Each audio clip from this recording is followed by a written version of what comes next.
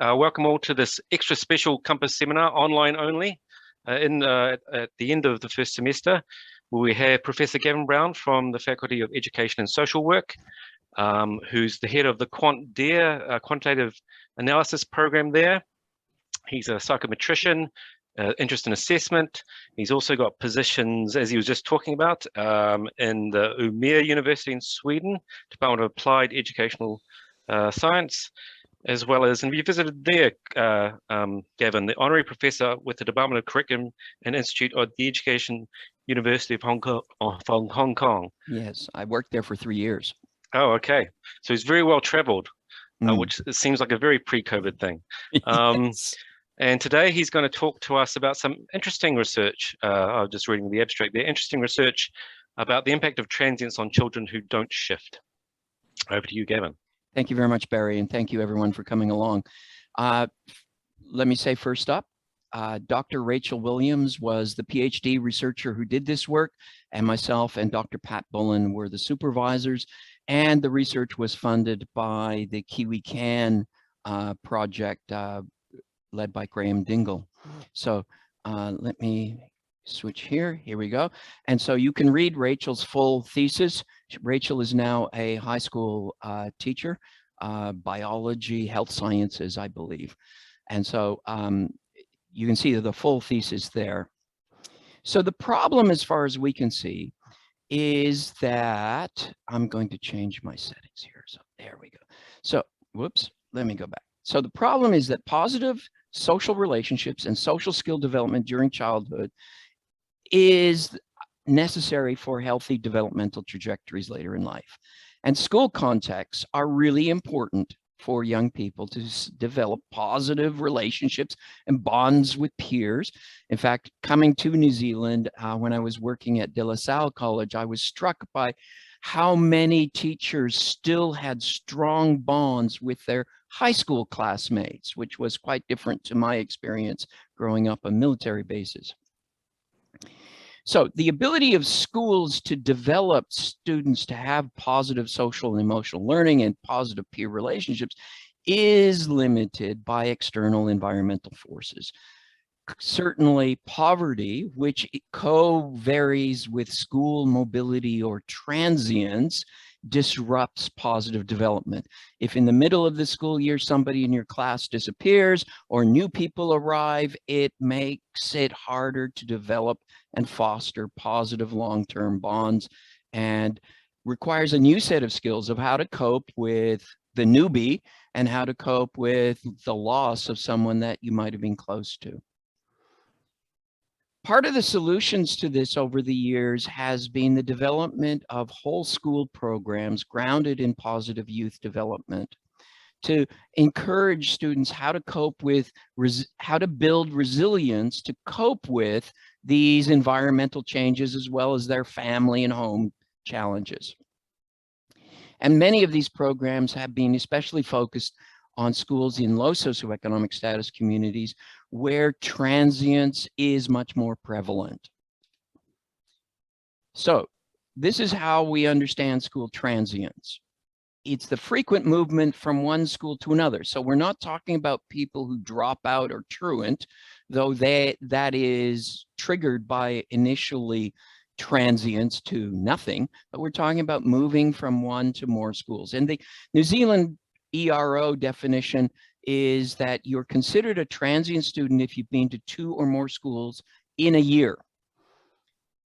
So that means as soon as you move from one school to another, you're considered transient. And what we really have done and thought about is how do you define the total proportion of transients in a school by looking at people, the proportion of students, not the number of students, who join or leave at the non-normal entry or exit points. Now we know New Zealand schools have a tradition of entering students at age 5 on their birthdays. It seems to be the tradition. So that doesn't count as a non-normal entry point. But exiting any time from that school within the school year is an indicator of transience. And according to Jellyman and Spencer, New Zealand has one of the highest rates of transience in the OECD. ERO reports that some children change schools as much as 10 times over their 7 years of primary schooling. Now, I grew up in the military and we moved every 3 or 4 years, but that was the social norm rather than the abnormal. So changing schools 10 times in 7 years is a lot. Johnson reported in Auckland, 59 primary schools reported average transience rates of nearly 30%. And these two other studies found that the average rate of school transience in New Zealand ranged between 30 and 25%.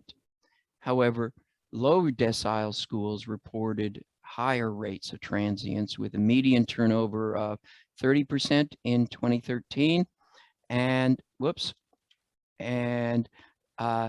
50 MOE said that in decile 1, the transience rate was as high as 53% compared to the 30% in decile 10. So that discrepancy is large and meaningful.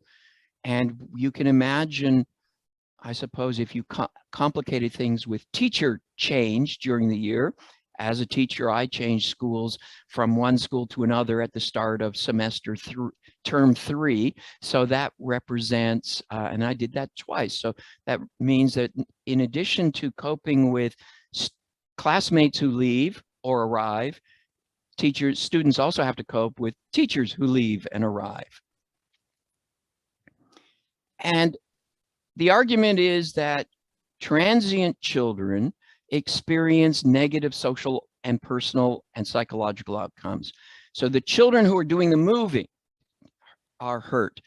Higher rates of peer rejection, bullying, mental health concerns, more likely to act in antisocial ways, more likely to report poor social relationships and lower levels of personal safety, weaker peer relationships and social integration, and a greater likelihood of dropping out of high school later on. So we can see clearly that a kid who has had a disruptive schooling experience is more likely to have significant and substantial effects. I'm not sure if this necessarily applies to military families, simply because the military moving is from military base to military base, and that seems to provide some sort of stability, notwithstanding the transience. Schools and classrooms are negatively impacted by the presence, absence, transition of children in and out of the class. It creates a negative classroom climate. It disrupts classroom routines and forces teachers to reconfigure classes. So you can imagine a teacher has to re-explain to the new kid how things are done in this class. Undermines sense of safety and belonging to the group, has negative impact on instructional continuity. I have to go over things we've already done, which bores the strong kids, but helps and integrates the new kid, and it disturbs classroom dynamics and seems to increase the risk of school violence, disengagement, and negative school climate. So the departure and arrival of transient kids seems to have a bigger effect on the classroom rather than just the individual. So in New Zealand, the Kiwi Can program is a response that's working in mostly low socioeconomic school communities, primary and intermediate, to try and help kids cope better with the challenges of life. At the time of this study, Kiwi Can was working in 64 schools across 8 regions. And in each region, there was a licensed community partner who was responsible for the program delivery, hiring and training of staff, and the staff traveled around within that region to the various schools participating. And the program that the Kiwi Can used is developed from learners' 5 C's of positive youth development, and I'll give you a little insight as to that. And the curriculum was standardized, but there was flexibility for delivery depending on the local community characteristics and situations. And this is the Kiwi Can curriculum as put out. And they have 3 columns of integrity, resilience, and respect, and 1, 2, 3, 4, 5, 6 major areas that the program tries to work on in terms of communication, cooperation, friendship, fairness, leadership, and conflict resolution. So this is a very positive way of trying to teach kids social, emotional, psychological, interpersonal skills that are not explicitly in the New Zealand curriculum, and but may come under various aspects of key competencies within the curriculum. Certainly, these are about managing yourself and cooperating with others very strongly in that space. And the research goal that we had for this study was to look at, were there high levels of transience, and did it have a negative effect on students who were consistent, had participated in the study at the beginning of the year and the end late in the year? And secondly, was the presence of Kiwi Can program in the schools, did it mediate, reduce the effect of transience on these kids? And that's what we'll talk about here. So in Rachel's study, it was a naturalistic, quasi-experimental pre-post survey design with data collected in a single year using a repeated measures self-report questionnaire. And the main effect for the Kiwi Can variable was how long the school had been involved in Kiwi Can. And new meant that it was in the first or second year only of working with Kiwi Can.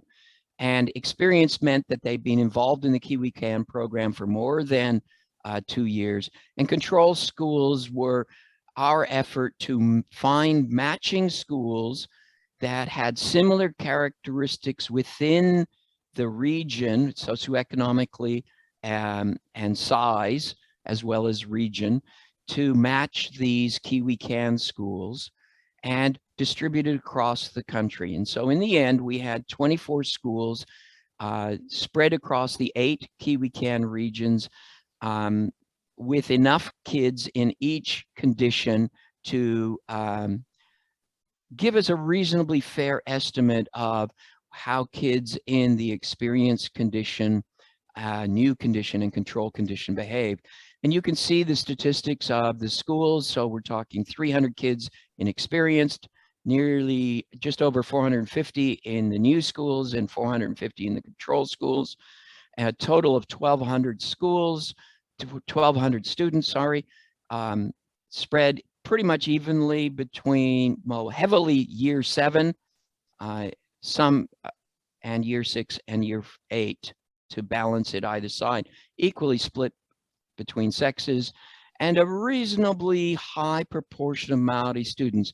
The national norm for students in Maori students in New Zealand schools is about 20%.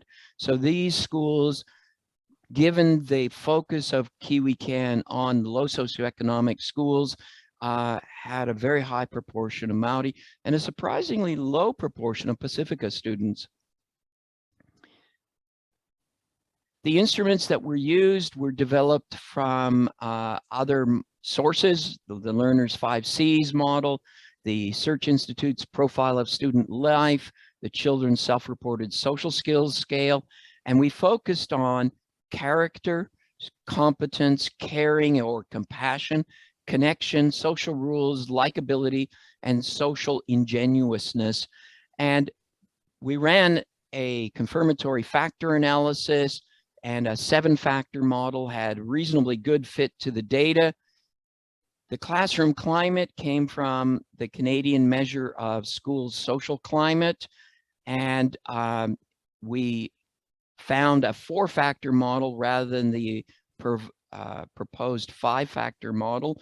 We joined the positive behavior in the classroom with the classroom and school supportiveness. Those 2 factors wanted to be strongly connected. Negative behavior, safety at school, and enjoyment at school created a pretty good fit when confirmatory factor analysis for a 4-factor model. So what we had was end of year questionnaires, 1,500, which we matched to the start of the year questionnaire, which was 1,700, using the student and school names and grade level information that had been recorded, and 5% of the surveys were checked for accuracy of entering. So we felt that was pretty good, with only one mistake in that 150, 160 cases. All questionnaires with more than 10% missing were deleted, which meant 19 positive youth social development, 27 classroom cases, climate cases in time 1, and 12 and 17 in time 2. We ran missing value analysis using the expectation maximization algorithm, and so that we had full case information for those that had a small amount of missing under that 10%. And then based on that, we had 1,219 matched cases. To define school transients, we had to use the official roll published in the July statistics of the Ministry of Education School Directory. Most of the schools that were either contributing schools, meaning they had years 1 to 6, or they were intermediate schools covering years 7 to 8. So what we had to do was we took the total school roll, divided it by the number of years offered. So if it was a year 1 to 6 school, we divided by 6, and we multiplied by the number of years we had included in the survey. So if it was a comprehensive full primary, they'd have 3 years to get a sense of what should the attendance have been. And then we looked at, well, how many kids in that school did the survey at both times in our 1,219. And so to calculate the percentage of transients, we looked at what we thought was the estimated roll number, and took away the number of people we actually had that had been present at both times, and calculated as a percentage of transients. And so you'd get a score. The grand average using this procedure, which is probably still a rough estimate, was 25%, which is within the ranges of previously published studies. The low transient schools had the transience rates in the lowest 25% of that total range. The 6 control school and happened to be the 6 control group schools. So the control group had the lowest transience rate, less than 15%, 15% or less. And they were not part of the Kiwi Can experience, which may be why they didn't participate in the Kiwi Can volunteer for request to be part of Kiwi Can in the first place. The control schools had lower transience rates. In the middle transience rate, there were 3 controlled schools, 5 new, 5 experienced, and in the high transient schools with values over the 75th percentile, in other words, 33% or more, were 3 of the experienced schools and 2 of the Kiwi new schools. So the middle and the top had a mixture of experienced and new Kiwi Can schools. The bottom had no Kiwi Can schools. So because there were no Kiwi Can schools in the low transients, we restricted our analysis to 2 main conditions and their interaction. The high transient schools and the middle transient schools. So that was the main condition there under transients. The high rate is nearly 42%. The middle rate was 24%. That 24% is in that range of normally previously reported results. And then, of course, we use the 2 school conditions, a new Kiwi Can school versus an experienced Kiwi Can school. And so that gives us a 2x2 conditions. And we looked at the differences in mean scores for the factors across time with a one-way repeated measure analysis of variance. The number of groups at level 2 of the new schools was small, so we chose not to implement a multi-level model. The ICCs, which we did look at, were really small. Around the average was 2.6%, with the minimum less than 0.01% and the maximum less than 9%. And my suggestion is that if you have less than 10% of the variance explained by the level 2 factor, the school you belong to, that tells you that over 90% of the variance is at the individual student level. So given the small number of schools and the small effect, we felt fairly confident to restrict this to a level 1 analysis only. And to get to the point, you can see here that in the medium group, there's two things to say. In all of these charts, you see that the scores for each scale go down over time. And these scales represent standardized effect sizes. So this is a proportion of standard deviation. The second thing to say is that in the medium transient schools, around the 24, 25, 30% range, the amount of reduction was very small. In the high transient schools, much larger reduction in self-reported scores, and the new schools had much higher reductions than the experienced schools. So for these 4 scales, and I'm going to show you the rest, my eyeball conclusion is everybody goes down, high transience creates even more, but the presence of an experienced Kiwi Can program seems to reduce that negative effect that's present in the high transience new Kiwi Can schools. And that's repeated for values diversity, personal values, positive behavior and classroom supportiveness, safety at school, and inversely for negative behavior, but it's the same trend, and enjoyment of schools. So experience with Kiwi Can reduces the negative impact of transience on the kids who were left behind, and high transience values generally give kids who remain a much more negative outlook on themselves and their social psychological environment. And the effect sizes are small because of the variability within each condition. You can see that the greatest effect of this is in connection to school and positive behavior and classroom supportiveness. So this is the area that if I was going to recommend to Kiwi Can, that they develop some sort of mechanism for these high transient schools to say, how can we create a greater sense of connection to school and positive behavior and classroom supportiveness? But all the other ones are still statistically significant, except for safety at school. So what we can see here is that Kiwi Can certainly helps these schools, but it takes time for the program to embed in the culture and program of the school.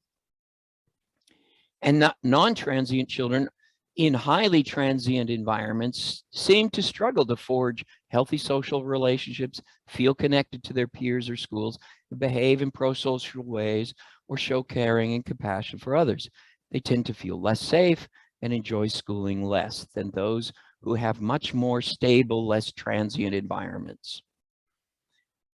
And certainly, I think we need to pay attention to the negative effects of transience on children who stay in place.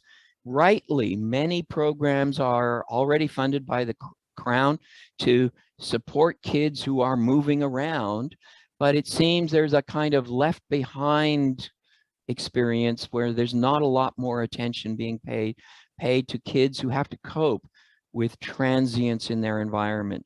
And much of that transience is of no fault of the child. We're not talking about kids who are highly transient because of bad behavior, but kids who are transient because of social factors in employment and housing in low socioeconomic communities. So from a design perspective, social positive youth development curriculum in high transient schools seems to need to include lessons that equip school students with skills how to cope with this disruption. Your best friend left, this new stranger has arrived, how do I cope? And the sudden absence of classmates and the continual introduction of new classmates is a challenge for classroom coping, especially because in primary schools, unlike high schools, primary school kids stay together in the same cohort group throughout the school year, being taught almost all subjects by the same teacher. Whereas in high school, you get kids moving around from subject specialist to subject specialist. So this is especially important for primary schooling. And because lifelong friendships are formed in school are important, it's difficult to establish this when my friend or my classmate leaves and arrives. And it's also important that schools have tools needed to ensure disruptive behaviors are not socialized or normalized or tolerated by the arrival of a new student. And we think this study shows that attention has to be drawn to the plight of students who stay behind. And we'd like to acknowledge the leadership teams at Graham Dingle Foundation, along with Kiwi Can schools who participate in this study. And it wouldn't have been possible to conduct this research without their support and active involvement. I look forward to any comments or questions that you might have.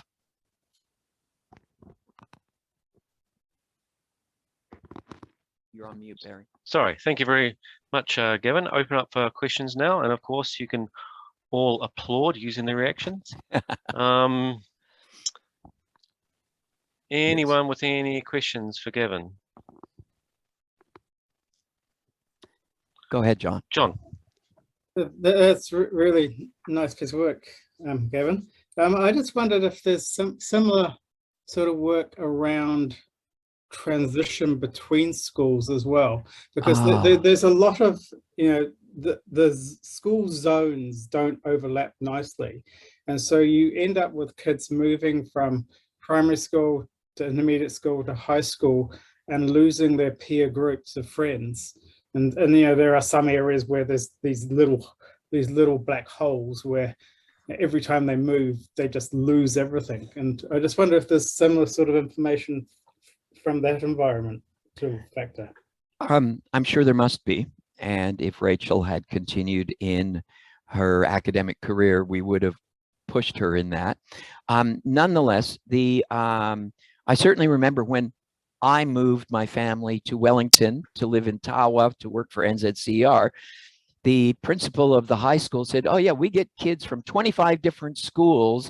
And so we test them and sort them. And there is a long settling project in year 9 to get them all sort of happy with each other. So I'm sure there is a transition effect. I know that there have been studies done at the Ministry of Education on transitions, and that concerns the government, the transition effect, partly because it's an opportunity for kids to disappear from schooling altogether, which is why our current 90% attendance rate is only 60%, and the target is 70%.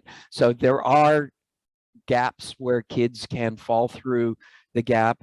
I'm sure it's disruptive.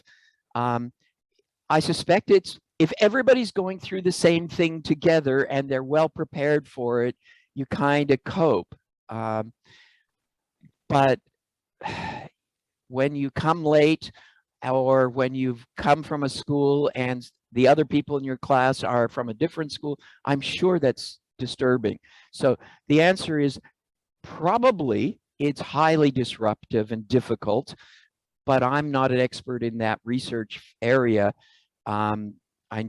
Perhaps my colleague, Dr. Pat Bullen, who runs a youth mentoring program, would know more about that in terms of this specifics of research in that area.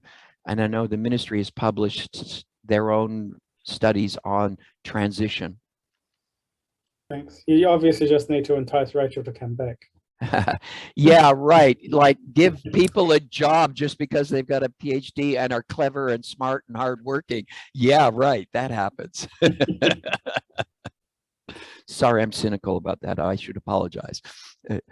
No, she'd be great at it if we could get her back. Yeah. Any questions from anyone else on the Zoom? No. I've got. I can jump in with a couple. Thank you, Barry. Go for it. Just on John's point there, actually, you're going to struggle with sort of outcome measures, but there's certainly the exposure, the losing your peer group. I think you can probably get that from administrative data, actually. Because you can see how much of a cohort goes to a particular school and how much of a minority they are in that particular school. So there'd just be an issue of you'd have to, it's the outcome stuff that you wouldn't get. Yeah. But certainly exposure you could. Unless you go to IDI and look at suspensions, expulsions, truancy, that kind of data. Very hard sort of stuff, yeah. It might show an association, but the ends are small, so yeah. Or NCEA, you're going to get to a couple of years later. Yeah. I suspect the harm is done long before year 11. Yeah, true. And I think, the other thing that Gavin pointed out, Barry, is that, it's not just changing, it's not just the changing of school, it's when they change school, it's the class, when they're moving through, it's the class they end up in as well. So you could move with the whole group of your peers to the next school, but they may all get spread across different classes. Yeah, they too. And from a health perspective, if you're looking at oral health data, we all know how transient these families are, and it just affects everything like that. So you move from one place to another. Next time the dental bus comes around, they're not there. They've moved DHB, and so the information on their dental history isn't even there. Yeah, it's just. And that's the kids who move. What I found really intriguing about Rachel's study, as we looked at the data, was look at the effect on the kids who didn't change. That hurts them because of the impact on classroom norms and classroom climate and classroom behaviors and the setting of routines and having to go back and redo that. If everybody comes in and stays together, it's much easier for the teacher as well as the kids. And I think we've tended to overlook, clearly kids who are transient need special attention. Susan Ferrugia, who used to be here, she's gone back to Chicago. She did her doctoral work on kids in foster care as they age out of the youth care system at age 18. And she found that the greatest academic success was in kids who managed to stay in the same family so they could go to the same school for all of high school. And so transition, moving around schools, has huge side effects that are really hard to recover from if you end up unhappy because you don't have the social connections that we all appreciate. Even this morning, walking on campus, and there's the guy who does moving things around, and hey, happy to chat to you, and just 2-minute interaction. It's a lot better than just sitting at home for that purpose. Kids need it too, probably more than.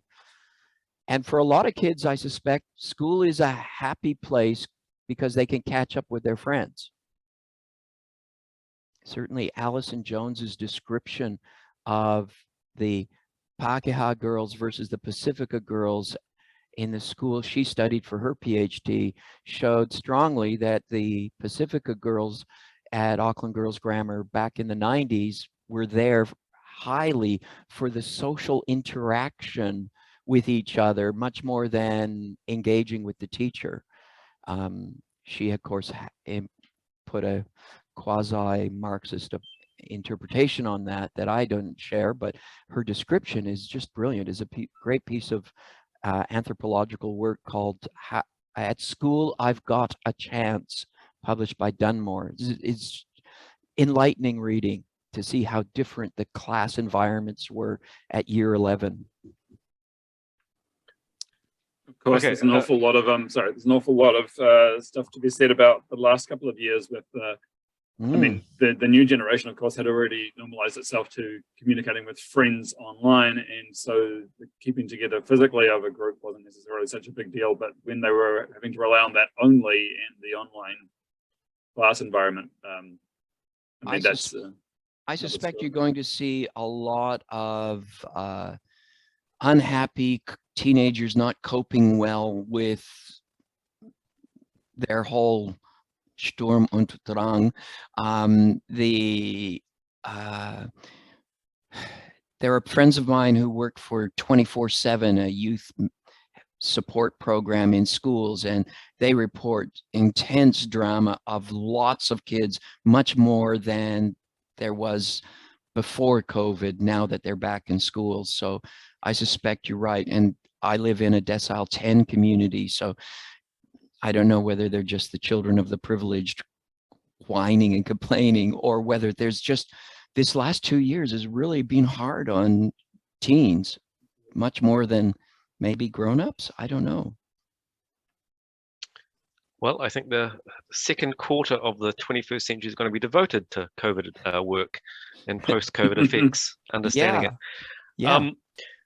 I got a question. So in terms of the surveys that you ran with the children, I don't know if they were designed already or you designed them yourselves, but I just wonder if you thought, or you were able to ask the children themselves what they thought of what happens when there's lots of transients in their classrooms and what might be going on. You highlight several things that might be going on. I might be losing my friend group. I might be bored at school because I already learned about that already, but they're going through it again with the new children.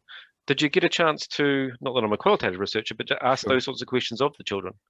That the survey study that I've just shared was the crown of Rachel's doctoral work. There were prior studies done where there was lots more observation of what was going on in schools. So once we found this result, it would have been great to have a new doc student do exactly that work. So consistent with this not being a true experiment and being self-report, it would have been great to have followed up these speculative interpretations with detailed studies of, let's go check if the meaning that we're imposing on these data are valid. And so the short answer, no, we didn't do it. B, it should be done. And it could be done now that we have this idea. And I would say that now you'd say transition out of school, coping with COVID online, going back to school, being kicked back out. Auckland is going to be a great place for understanding the impact of shut it down, open it up, shut it down, open it up, that the rest of the country didn't really experience. So good question. Wish we had the answer. Wish we had a researcher to do the answer. Okay. Anyone else with a question? Well, okay, I can jump in with one more. Please do. Everyone got worse, or every school got worse. From the, is that like the beginning of the year to the end of the year? Is that the way the surveys run? Yes. Was that a surprise? Did you? No. I know you dropped out some schools because there was imbalance between the controls and the Kids Can schools. But that's I don't think we've ever seen that before. Where, really? There's overwhelming. Things were just getting worse. Yes. On average for children. Remember, it's self-report. It's not objective. It's a perception of well-being in a sense, and a perception of the environment. And there's one thing to say is self-assessment research makes clear as novices are unrealistically optimistic, and as they gain experience and expertise, they become what looks like more pessimistic, but I would interpret as realistic. So the question is, how far down? Does going down mean they're worse, or they've just become more realistic and more able to calibrate their judgments better? That is my hope, is what's going on, because certainly in the assessment tools for teaching and learning research, where we analyze the data from the thousands of kids who were part of the norming, we asked them, how much do you like this subject that you're being tested on? How good do you think you are in this subject you're being tested on? And it was reading, writing, and math. And over the cohort, so they're not, it's not continuous, but as each cohort group goes up, the scores for I like and I'm good at go down consistently. So student perceptions are either we're killing them so that they feel pessimistic, increasingly pessimistic and negative, or they're becoming increasingly realistic, or with the increasing responsibility for my own learning as children age through the school system, the expectation is 15-year-olds are more responsible than 10-year-olds for what they do and what they get. And the school system brings in qualifications to challenge them to perform. They become increasingly more pessimistic. And that has been my observation of data in lots of surveys that have used sequential cohorts. You see children becoming increasingly negative, but potentially more realistic. Right, so I was surprised. You weren't surprised because you worked in this field, so that's interesting. That should be the case. I suppose you think about it as adults, getting engaged to get married, everybody's and then 5 years later, reality has set in, and people's scores usually are lower on how satisfied I am. It seems to be kind of normal. Really, we're deluded to start with, and we become more realistic later on. Hopefully, we don't become depressed and pessimistic. Yeah, well, the other thing about your design is one measures it right at the start of the year where people might be excited, or at least nothing as bad has happened to them yet. And then by the end of the year, bad things have happened, and they'll perhaps become jaded. You probably, if you did a survey of yourself at the beginning of semester or end of semester, you might see the similar thing. I'm not sure. Yeah. But so that might be part of the design, is just the structure of the design as well, Yes. impacting this.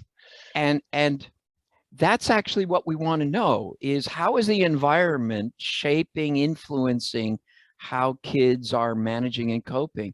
Now, if we'd added tasks that were beyond my perception, my feeling, to how do I cope, maybe their coping behaviors have gone up. Maybe the actions you need to take to cope with bad stuff has gone up, rather than I think things are worse, but I can cope better. So shouldn't I feel better? You still feel bad, but I'm coping better. That might be the disjuncture that this research hasn't identified. Sure, you feel worse, but are you coping better? Maybe that's the study that needs to be done around school children's social emotional development. I wonder if the Growing Up in New Zealand program will be able to counterbalance how kids say they feel with measures of how they cope. That would be interesting. I'll talk to Kane Meisel of whether they're doing things like that. But that might be a way to get at that. Yeah, thank you. Any final questions from anyone for Gavin? Quite all right.